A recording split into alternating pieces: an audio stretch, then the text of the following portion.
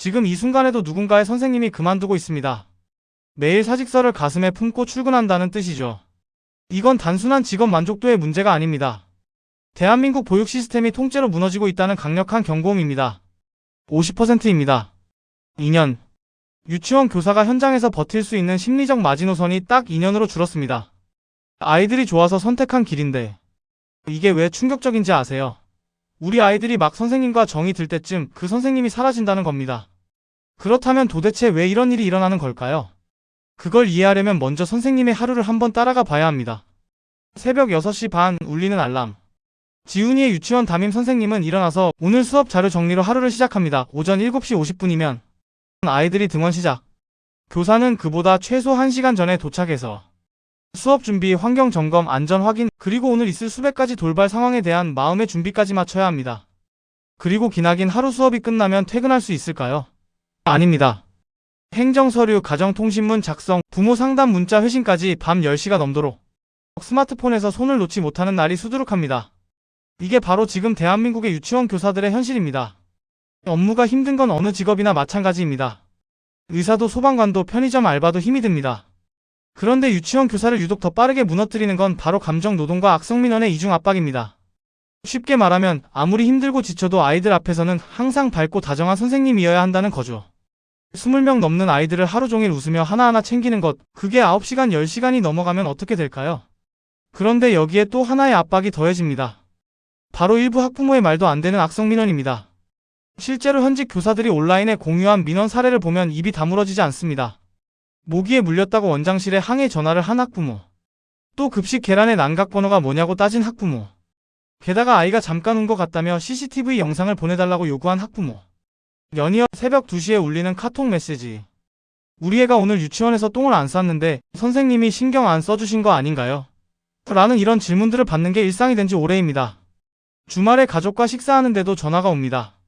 선생님, SNS 프로필 사진 보니까 명품 가방 들고 계시던데 교사 봉급으로 그게 가능한가요? 아이들 교육에 안 좋을 것 같아요. 또는 선생님은 우리 애만 봐주시면 안 되나요?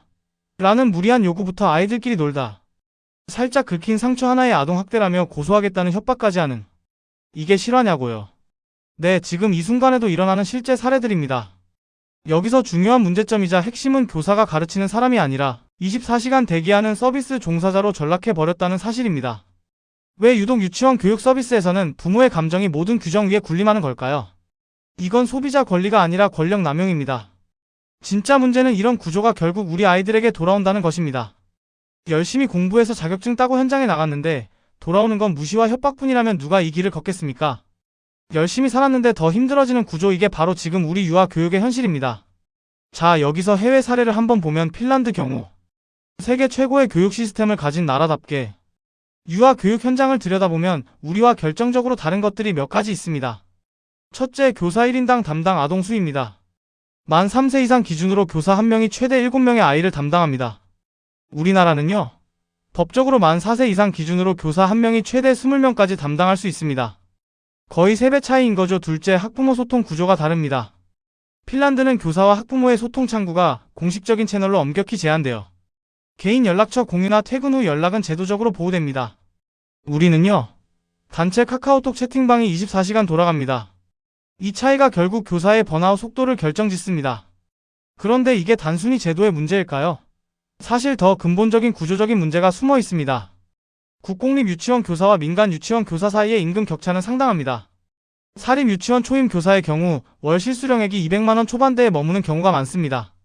서울에서 자취하면서 이 월급으로 교통비, 식비, 월세를 내고 나면 손에 쥐는 돈이 얼마나 될까요?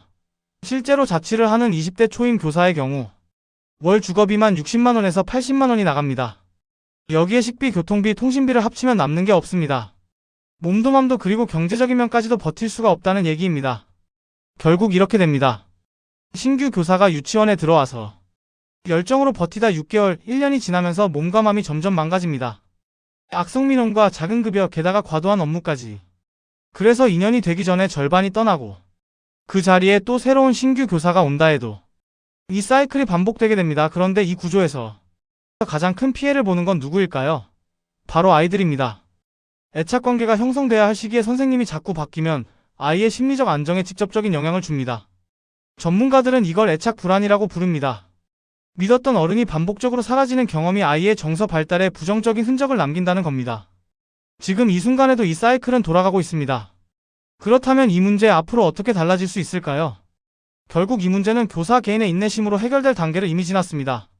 선생님이니까 참아야지라는 말은 이제 폭력입니다. 여러분, 지금은 절대 이 문제를 개인의 일로 치부해서는 안 됩니다. 숙련된 교사들이 현장을 떠나면 그 자리는 경험 없는 단기 대체 인력들로 채워집니다. 아이들을 사랑하는 마음으로 버텼던 베테랑들이 더는 못하겠다며 울며 나가는 상황. 한 달이면 식비만 20만 원. 더 나가는 고물가 시대에 정신과 치료비로 수십만 원을 쓰는 교사들이 속출하고 있습니다. 이대로라면 진짜 공포는 10년 뒤에 올 겁니다. 그때는 돈을 아무리 많이 줘도 아이를 맡길 곳이 없을지도 모릅니다. 보육의 빙하기가 오고 있는 겁니다. 해결책이 없는 건 아닙니다. 하지만 쉽지 않은 것도 사실입니다. 구조적으로 바꿔야 할 것들이 많이 있습니다. 첫째, 교사 대 아동 비율을 법정 기준을 낮춰야 합니다. 20명을 혼자 감당하는 구조에서는 번아웃이 올 수밖에 없습니다. 숫자를 줄이면 교사의 집중도가 올라가고 아이들의 교육의 질도 올라갑니다. 둘째, 민원 처리 구조를 공식화해야 합니다. 교사 개인에게 민원이 직접 집중되는 구조를 바꿔서 원장 또는 전담 창구가 1차적으로 처리하는 시스템이 필요합니다. 지금은 개인 교사 한 명 한 명이 총탄을 몸으로 다 받는 구조입니다. 셋째, 사립 유치원 교사의 처우 개선입니다. 급여 격차를 좁히고 정신건강 지원 프로그램을 의무화하는 방향으로 정책이 움직여야 합니다. 느리게 가고 있지만 변화는 시작되고 있습니다. 열심히 아이들 곁에 있어 주려는 선생님들이 구조적으로 밀려나는 현실, 정말 안타깝습니다. 오늘 내용이 유익하셨다면 구독과 좋아요 부탁드립니다. 감사합니다.